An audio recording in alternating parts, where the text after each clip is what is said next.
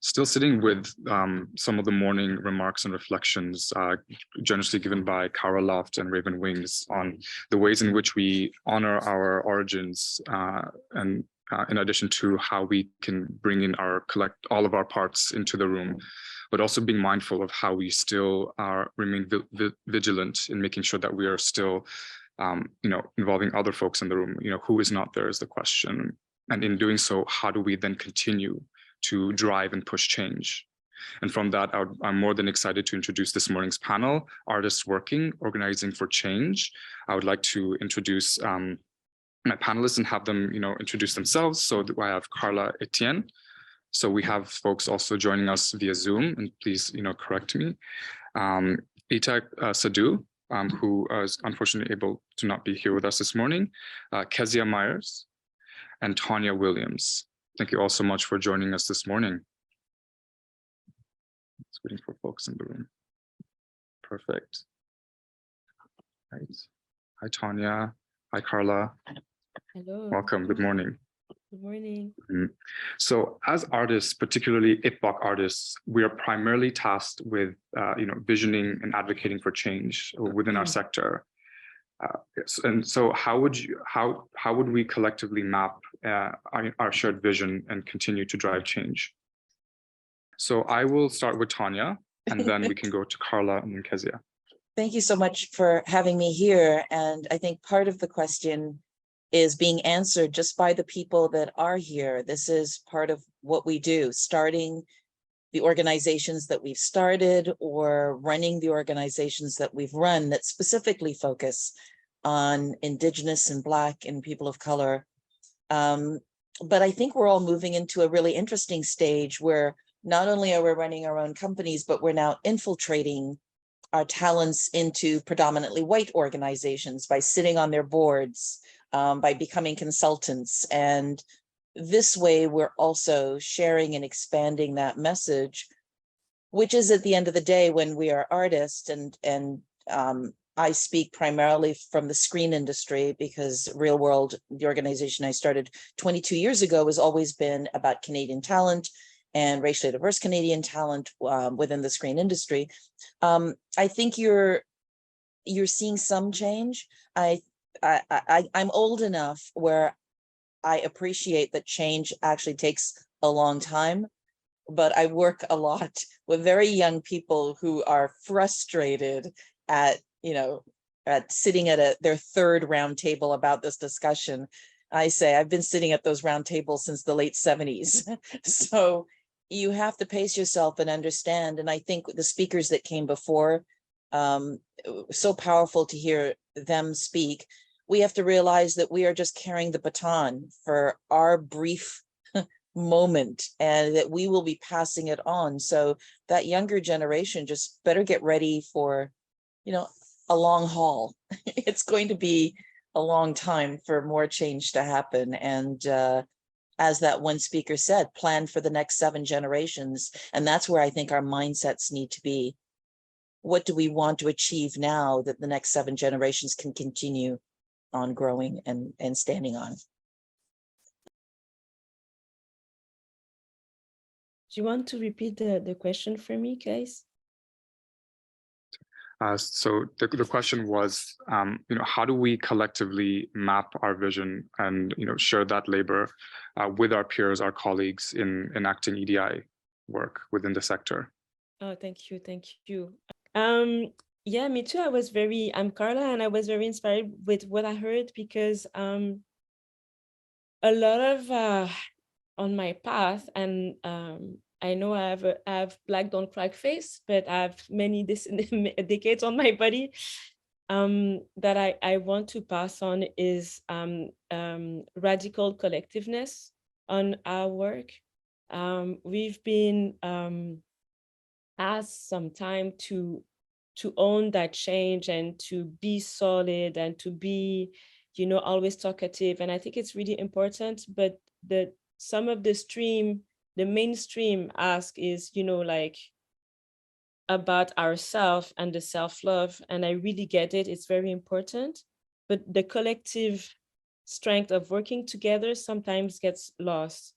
And that means for me that the radical love of collectivity goes with also saying the truth between each other, and really like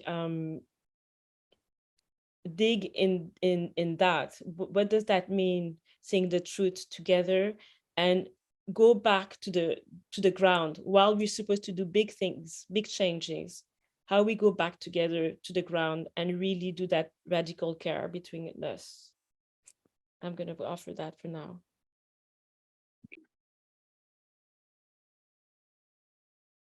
Okay, we're good. So, you know, I think it was actually just mentioned, Carla talked about the collaboration and radical collaboration, a collective collaboration. But as, you know, as leaders within this space, that's so critical to everything that we do, to be able to talk freely and openly in safe spaces about what we're seeing. Because what we can do is we can advocate for each other.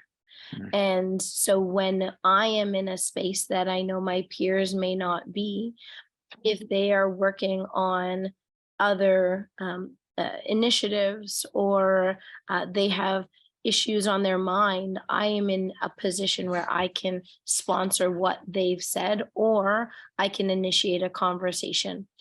So I would add to the conversation outside of the collaboration is the connections, and building the connections, not only internally within those organizations that are doing the work, but learning to connect others to others you may have spoken to, and vice versa. And, you know, as an example, collectively, we may be working on a, you know, something we'd like to see change in the government, a systemic issue that really needs to be broken down and rebuilt. And if I am in fact in conversation with someone who is in a place. Hi, folks. Sorry, we're back. We just had a little Zoom tech issue. Did you want to finish your thought, or did you? You can go ahead. Yeah, We'll probably circle back on it. No worries. Thank you. Yep, you can hear us? Perfect. All right, thank you, folks. You mentioned, you know, a lot of the different practices of, you know, sponsoring and, you know, calling people into the rooms and, you know, opening doors where, you know, that are not yet open from folks in your positions as leaders. And so what are some of the other methods that you have witnessed, you know, from your colleagues and peers, and even the newer generation, that have been effective in eliciting change? What are some of the strategies, both, you know, online, you know, in the digital age, but also in person, that you have seen works of advocacy that have been quite impactful and memorable?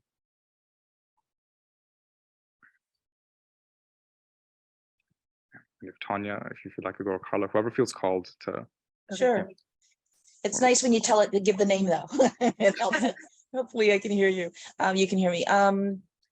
I think that question is very similar actually to what we've all just been saying. It's being collaborative. If you send out a message from your organization or yourself about something that you see that needs change, I think it just falls in an ocean. But if Keziah puts the same message out, and Carla puts that same message out, and each of us are putting the same message out, all of a sudden that collective voice gets heard. And so it's not just working together collectively in our industries, it's making sure that you're amplifying any of the concerns. And we know what the concerns are. We've been talking about them for 50 years. In my generation and before me, people were talking about it for 50 years. So we all know what the issues are. I think it's just a matter of repeating them and repeating them and repeating them and repeating them on all the platforms, whether it's your newsletter, whether it's your social media.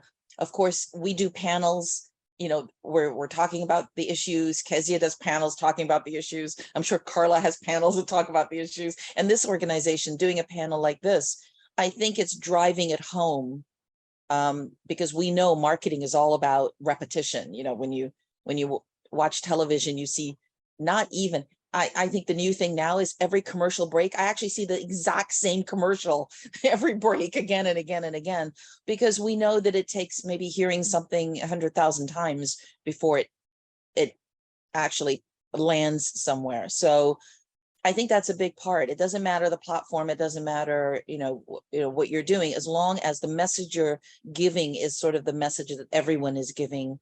And I think that'll change the needle. It has been changing the needle, and it will continue to. Thank you, Tonya. I think also one of the change that helped me and help is fight against tokenism a lot. People always say, oh, but you're the only one saying that, or you saying that, where are the others? That's something that I was hearing a lot. So as someone who got some into those institutions, I wanted to have many of us. And I didn't want to control what they were saying, because I know at the deep down, they needed to also have that diversity of perspective, diversity of people, but know that we are there and we are a lot of people, and with different artistic practice, artistic perspective. And I was like, anything you do, we need to be 2, we need to be 3, we need to be 4. And it comes with the repetition, but it comes also with opening doors with more and more and more people everywhere. And even though if I myself organizing roundtables or things like that, I will say, I don't want to be alone there. Like, who's going to be with me? And we can also be a majority for that time. Why one person on 4, on 1 person on 5? Like, why won't we be like 3 on 5, 4 on 5? So that's another way for me that it's changing a lot. We need the knowledge perspective and the people physically with their spirit and knowledges. Yeah. I agree. Tonya and Carla hit on some pretty incredible points there, about working together and how we amplify each other, and then how many of us are in the room and ensuring there are others in the room. And you're right, the I need 1 Black person and 1 Indigenous person and 1, is tokenism, and it doesn't, and it stops there. It's like, check, we're good, got that checkbox, and sorry, no more others. One that I want to talk about from a pragmatic approach, and those of us who are artists in various spaces, using our arts and our artistic expression to change the way that people look at things, whether it be on a screen, in dance, in music, using your voice as an artist. And in using your voice, your lyrics or your movements or your scripts will speak to expression, speak to the issues that arise within community, and can be a form of expression that tells people a story and a reality that needs to change. And so I think in those moments, you have an opportunity to talk about the problems and also the solutions. They can be very solution-based expressions. While saying that, also those of us who are artists, walking into spaces and looking around and seeing if you see yourself reflected outside of the crew or the team that you are bringing, and saying things or asking questions like, hey, I just wanted to know if there are, other Black staff. I want to know, the union that you're using, and if there's an opportunity for me to utilize Black text specifically. And if we, especially those of us who are on stages, we have a sense of autonomy in how we'd like our show to go. So there is an opportunity for us to ask questions, for people to be represented when it is show day or along the film process. I'm so sorry. I was going to say, there are just 2 things that I wanted to say, only because I'm jumping off at 11. But the 2 things were, when we've been getting funds, all of us, in a way that we probably haven't been getting funds before. And I think it's vital that we, as organizations that support these racially diverse groups, make sure that that money is filtering out into our communities, that we are not just hiring white companies to do our data, research for us, that we're not just hiring white companies who are graphic designers, that we are, that the biggest thing we can do is, if we're asking white companies to hire more diverse people, we better be hiring the most diverse people, and the opportunities we give those people will allow them to get hired on by other companies. So to just be very diligent, that, you know, that was a key part that I wanted to get across. And then I already forgot my second key part, but it was like so important. But it was something from what Keziah just said too. Hopefully it'll come to me then before the 11 o'clock.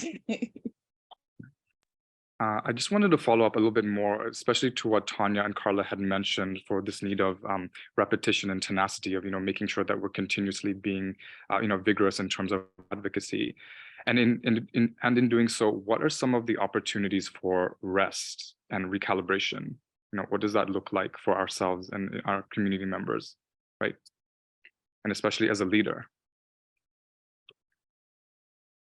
You're probably asking the wrong people.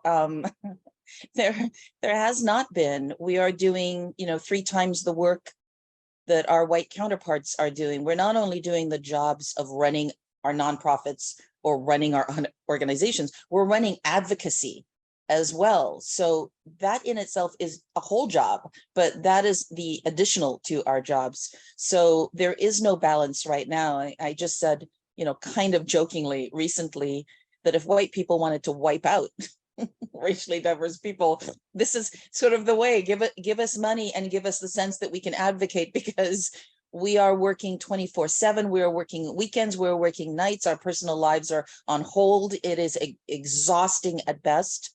We're burning ourselves out, but we see no other way at this point. There's just no other way. I agree, Tonya, but I think for me now there's a point that I need to rest. I need to rest. I think for me to nurture my spirit, to continue, I need to rest. I didn't offer that to myself, but I offered to Indigenous artists last week rest and restore retreat for 3 days. They were together. I wasn't there. I said, you didn't have anything to share. It's just for you. You rest. You're in a place that it's like in the country, and you do whatever you want, but you just rest and be together. And I offered that, something that I wish I could do, that I could do. I knew there's other projects like that on rest and restore, and also around leadership, because the leadership is also on fighting advocacy, but it's also I think for me, like changing the paradigm on capitalism, always productive, always getting tired, always fighting. If we come back to love, I think we need to rest and restore. I don't know still how to do it, but I think I bought that book, Rest is Resistance. I'm only on page 10. I didn't read it yet, but to know how to embed that in my life and in our life communities also. Okay, wait, I remembered now what it was. So in our authentic storytelling, which we're all trying to do, and which we're trying to give other people space to do, we have to also recognize we've been brainwashed by colonialism. So we don't actually know how to do authentic storytelling yet. Because this is the beginning of it, I'm assuming the next 2 generations from us will have the privilege of really telling authentic stories. And I see this by the fact that a lot of the filmmakers and emerging filmmakers we deal with, and the Canadian ones, they're everywhere, but the ones we deal with are Canadian, are very focused on their stories being trauma stories. And I think it's because they think a white audience will respond to their story about this Indigenous trauma, this Black trauma, this Asian trauma. It seems the only way to get white attention is not to tell a story about how well we're doing, how happy we are, we have families, and we're in romantic comedies.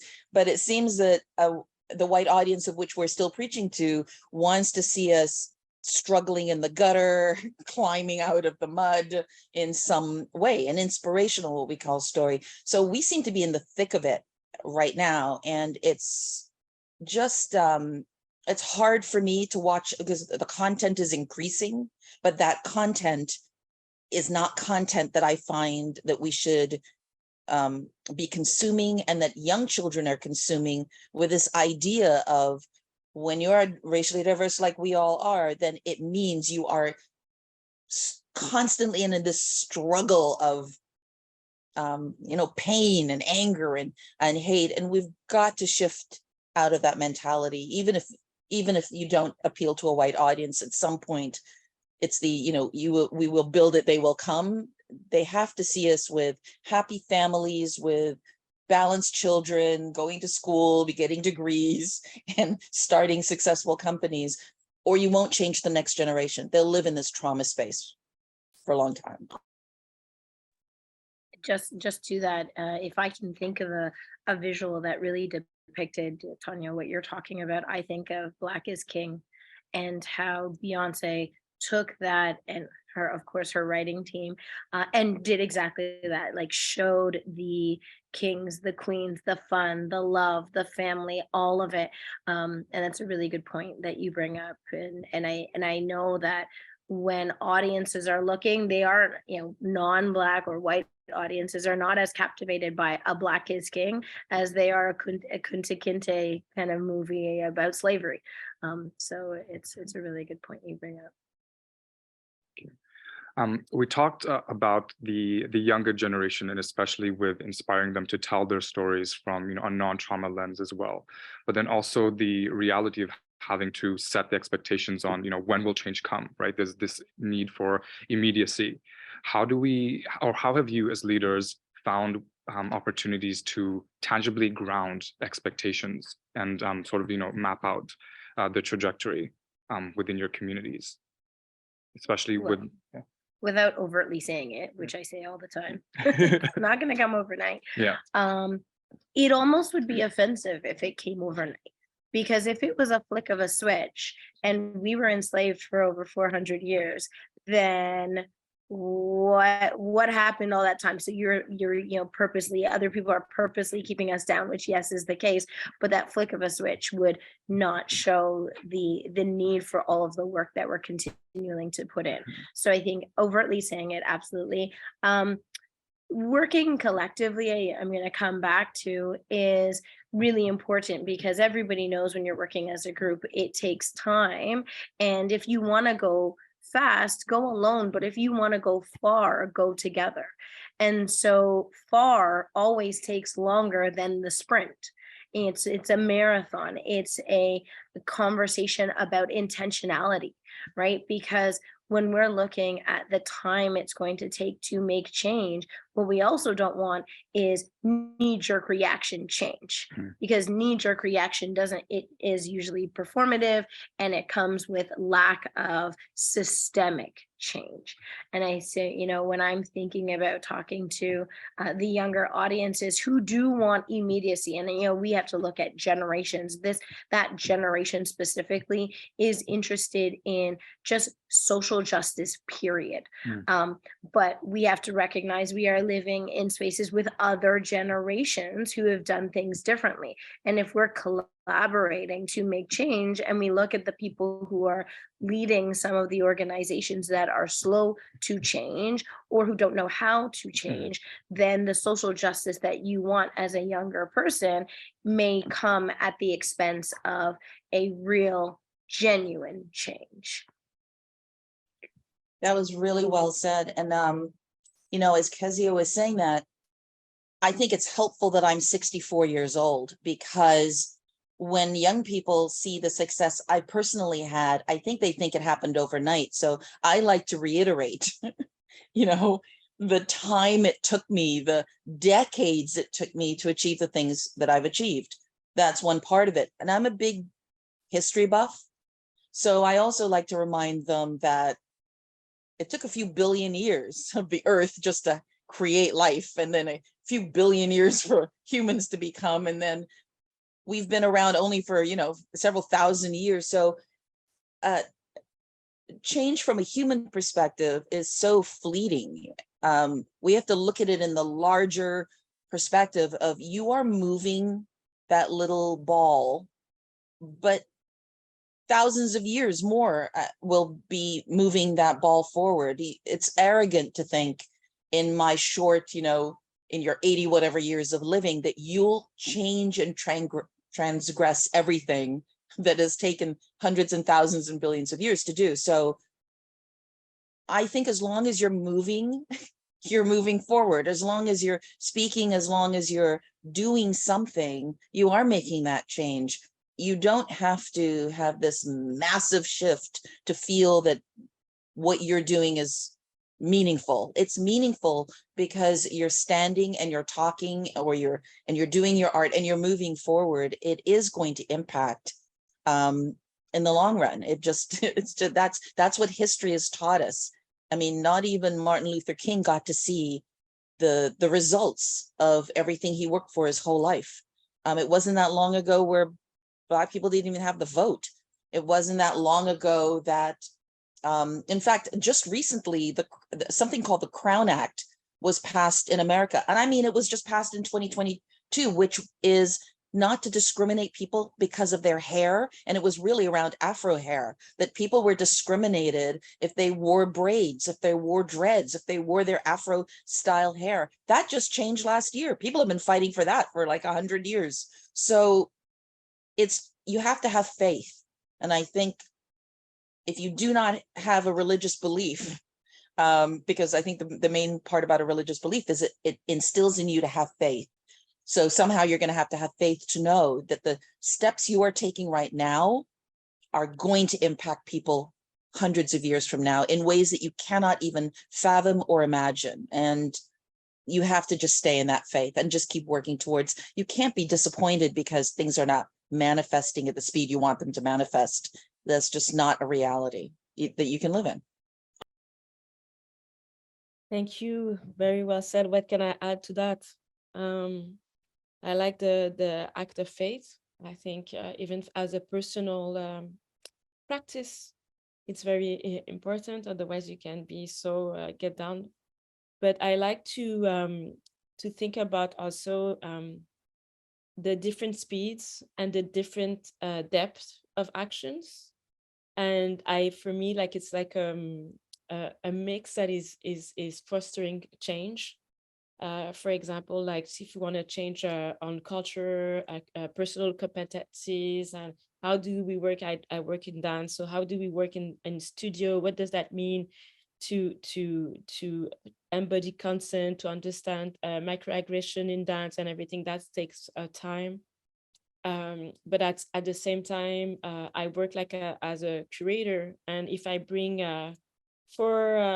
5-6 Black artists in a small village in Gaspésie with a small town, it's another action that it looks like very tiny, but it's kind of bold. And I like to do all these little actions towards a big change. And yes, it's gonna take time, but I try to not miss any opportunity to make an action of change towards that. So and yes, with the faith, absolutely. And it was said at the opening remark, with the love, with a lot. If I center love of what I do, it's I think it's, for me, it's like a spiritual, it's manifesting in a way, and I just hope it's going to thrive. Thank you. I'd just like to acknowledge that it's time for Tonya. Thank you so much for joining us for this morning's conversation. No, my appointment is late, so I'm going to hang in here till they arrive. I said my 11 o'clock is late, so I'm going to continue with you till they arrive. Thank you. So my next question is from the still on the page, with the younger generation in terms of expectation and still driving change, in small steps and over, a span of years. What principles do you hope that younger generations continue to inherit and like maintain as we advocate for change? What are some of the guiding principles? I'd say patience and integrity. I would say don't fall into a negative space. It's not about pushing the darkness. It's not about, it's different for everybody, but I'm saying I don't believe it's about the anger and the darkness and the constant, fight. I believe in a quiet resistance, but that's just the way I believe in that drip, drip, drip that does eventually erode the rock in a way that you can't put it back. Once that erosion's happened, it's forever. So I love that mentality of just being in that quiet space and making the change. I feel with younger people, and I think social media has a big part to do with this, is they feel they have to amplify everything they're doing. They have to shout out. They have to make sure everybody knows they're making this change.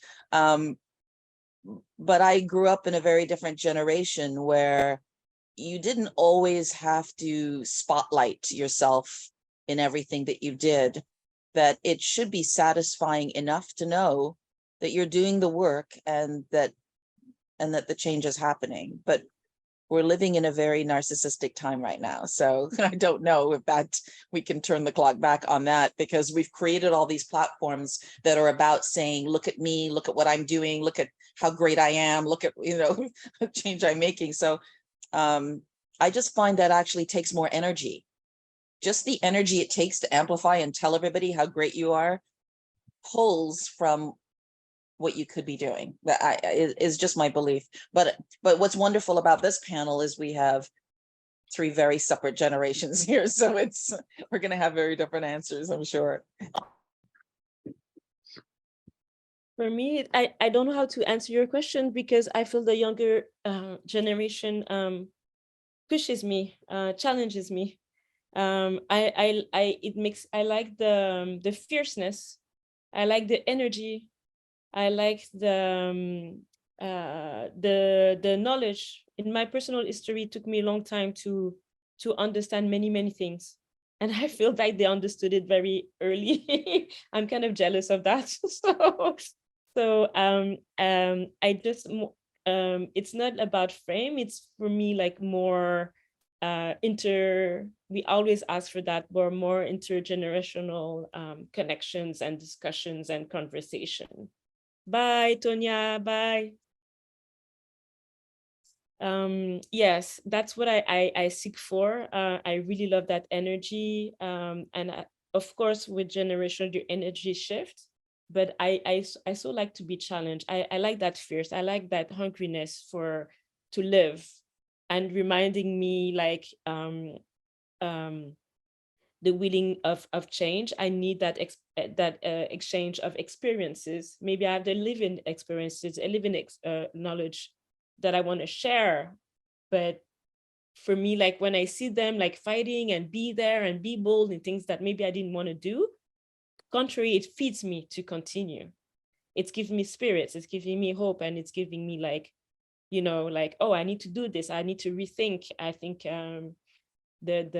yes, and some of things, they are not new, but they have new energy. So it's the cycling, of life going back and forth. And yes, if I can answer like that. Thank you. I honestly don't have much to add to that, because I very, very, very similar. They are the driving for the energy, as you said, re-envisioning,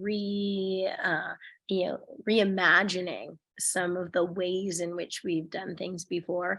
The one thing that I think I would say to them, or something that I want them to learn, is it's going to be okay. And you can set a goal, and in setting a goal, to what Tonya said earlier, Martin Luther King Jr. didn't see all of the fruits of his labor. So let's continue that energy and that drive and that tenacity and the motivation. But it's going to get better. We're going to continue this work, and setting that goal. You may or may not see it in your lifetime, but it is something that I hope they see in, as we kind of develop smaller goals or shorter goals that require a little bit shorter of a time span.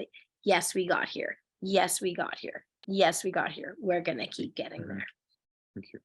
And so from this morning's session, is there anything that has come up for you folks that we've not touched upon yet? Any reflections on change or any inspirations, people, events that are currently right now keeping you fueled? I'm sorry. Keeps me fueled. I know I didn't talk about it before, but as Carla said, trying to get to that point, it's imperative for me to be able to step back and rest, and to realize that that's oftentimes where creativity comes for me, and the ability to absorb what may have happened and how to reanalyze that and pivot if necessary. The other thing that I think really motivates me is the fact that the conversations are happening. So it is on us to continue to ensure that the conversations still keep moving.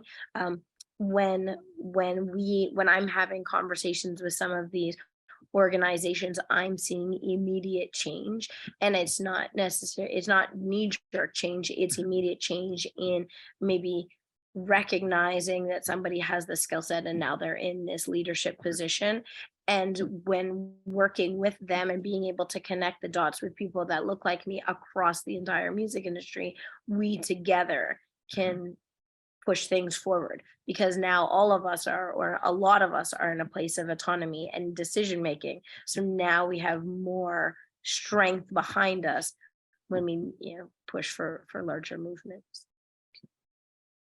Yes, thank you for that. I think it's really important to also build the trust inside of us, because for me, to be in those positions, I can see in many places it's first time, right? And they ask on us to be the change and lead the change. And I remember when I stood up in CDA, Canadian Dance Assembly, I gave them how do you say that in English? That drawing, of the track that you can be you hire a Black woman leader to change this, and they don't want to be responsible for the change, and then either you quit or either you get fired. I gave that before my day one. I gave that thing, and after that, I was myself saying okay, I know that I'm sometimes radical, but how can I rest and trust my actions? And this is a part of a deep work, it's almost spiritual, and also trying even myself to decolonize myself about timing and productivity. I think it's very important. And when I feel aligned in those moments, even though it could look radical or not, it gives me more power and more trust and inner strength to continue the work, and also more energy to connect with other people and share that. So that's what I would like to add. Yes. Thank you for having us.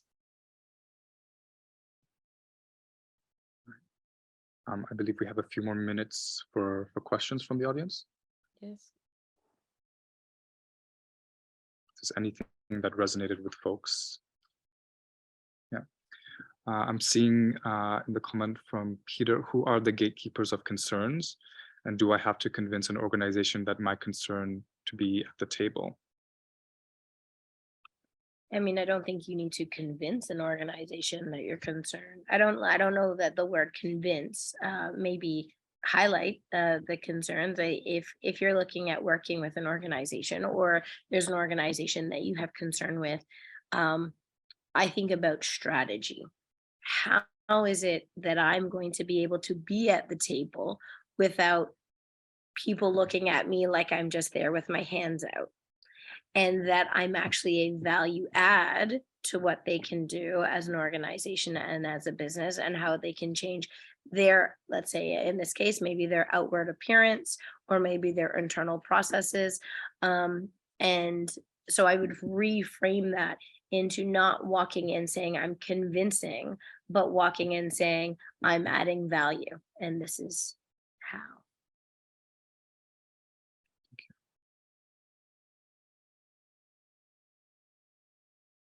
Carla, did you have any reflections on that question as well? No, I think she said it all. Yes, thank you. No worries. There's another question in the chat. Can you speak to some of the radical ways that you have been thinking about change in the arts?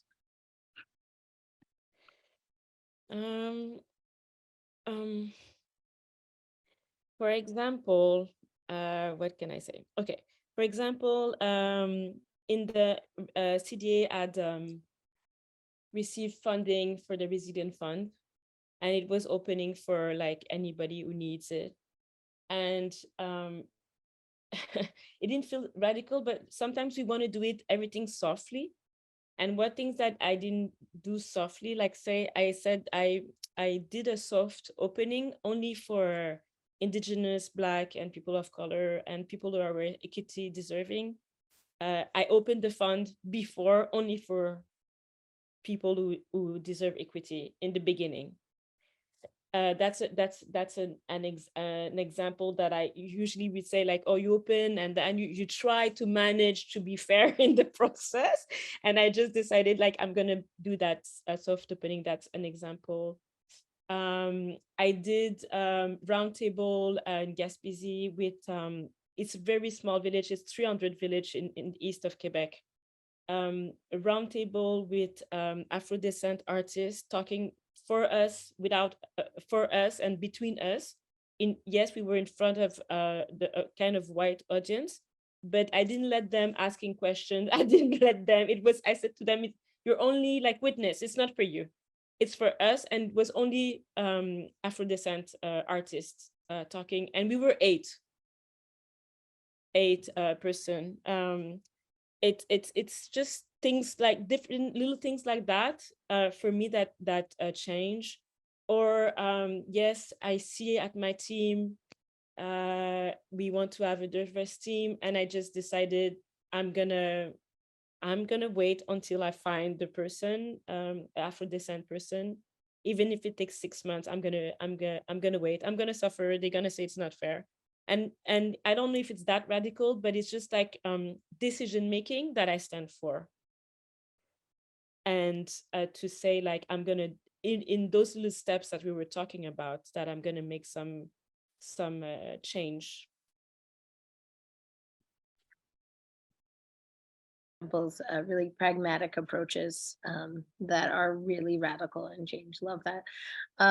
Just to briefly, one radical change that I've been thinking about and working on is the change of the Broadcast Act.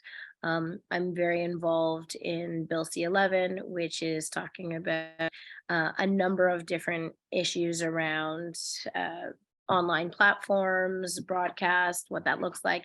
But within that act, it talks to people, and it speaks on a number of different groups, but Black was not one of those named groups in legislation. To give an example as to why that's important, once you name a group or something in legislation, it allows for those people to hold to account the legislation and the practices that come from it. And in this case, it comes through, usually in broadcast, the CRTC.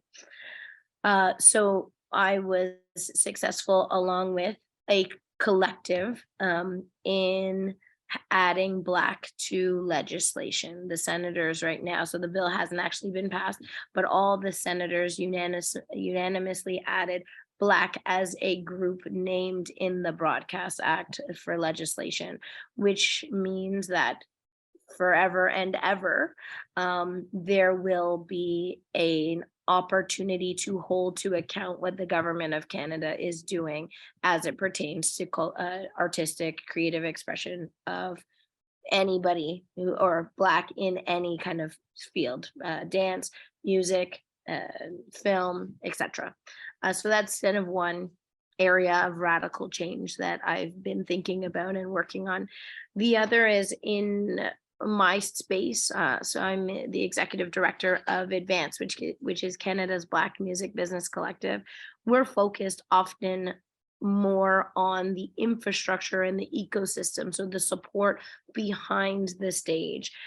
And as one can imagine, the stage is often diverse because people are trying to check boxes. But if you look at the senior leadership and the employee database as a whole, it's lacking great diversity. So one of the things that we did was we started to put a job board out, and then we asked for Black professionals to let us know if they're applying to any of the positions that are on the job board. And this happens bi-weekly. At this point, we've highlighted over 300 roles over the last year and a half. But when working with these corporations and organizations, if they want to be on our job board, then we need to be able to recommend names for them to look at. And so this is a reciprocal. We're not charging them for headhunting, but I am saying my value add to you is, you know, that posting on my platform is going to reach a particular audience, an audience that you don't have in your building. My request to you, or my need from you, is to allow not only the recommendation, but to interview the people that we recommend. So we will take a look at the job posting, and we will take a look at the resume and cover letter, and we will recommend up to 3 people. The corporation must interview those 3 people for 2 reasons. Number 1, let's normalize interviewing people that don't look like us. You know, Tonya talked about the Crown Act. I have braids. I should be able to walk into an interview with my tri-colored braids. And I don't want to be, I want to know that it's an equitable process. So that's one. So for the company, value add is normalizing the people that don't look like you and the talent that they have behind what their first maybe impression is. The other thing is 1 in 10 Black people receive a callback or an interview. So if I'm giving you 3 recommendations, I need you to interview those people, because if I am being interviewed as a Black person 1/10 of the time as my white counterpart, then I don't get really, and then I'm not really well versed in interviewing, and that skill determines whether or not I get the job, or whether someone can see me fitting within their cultural atmosphere. So you have to interview this Black candidate, and that Black candidate may not get the job. There is no guarantee of the job, that we're not doing. But what it does do is it gives an opportunity for the Black applicant to practice or learn or be in front of, because eventually their dream job is going to come up. And the worst thing that you can see is their dream job comes up and they don't have the skills to interview, and they bomb. So that's, you know, radically what we think of doing, is just asking, or not asking, demanding of the people who want to access my audience with my own asks. Wow. Thank you. We have another question. Organizational transparency is the beginning of trust. Should organizations have their EDI policies/procedures on their respective website? Only if they're going to do something about it. Exactly. If it's a boilerplate, I don't want it. Exactly. The policy is one thing, but the results is another thing. And there's a lot of work to do that we have to learn about the results. Even putting them, the results, even me, I'm experiencing that. Putting the result on a website is not sufficient. Who's going to look at your website? Who's going to understand what you read with the process and everything, and the what happened with your results? There's so much more work to be done after policymaking and working on transparency and impact. It's a collective knowledge that we need to raise in general, beyond policy. My question would be, anybody who does have it on their website, what is your process in the event I have a comment or a complaint about the fact that I may not have experienced what is on your website in real life? And so I think that's something they need to think about, is how do you deal, you know, yes, we put it out there, which is great, but how do you deal with being held to account now that it's on your website? And a reflection question for me as well would be, how often would you, reassess and come back to the table, right? And, is this something that you would throw up there and it sits on the website Right. for 2 years, right? So you're really wanting to be mindful on the infrastructure of, transparency, accountability, and consistency that you're building across the organization, right? What are the opportunities that you're, sharing power with your members if you operate on a member basis, or, your stakeholders, have a say in your policies and procedures, and what are the avenues of engagement opportunities for your audiences, for the public to engage and also contribute their own, lived experiences and ways, right? Yes, you have an annual EDI audit that is part of the process for sure. But then again, as mentioned, it's always about that consistent action. I believe, we're wrapping at time. So if there's no other questions from folks, I'd really like to thank Keziah, Carla, Tonya, and Itah, who could not make it with us, but in spirit. And just thank you to all of you who have joined us for this morning's session. Please take care.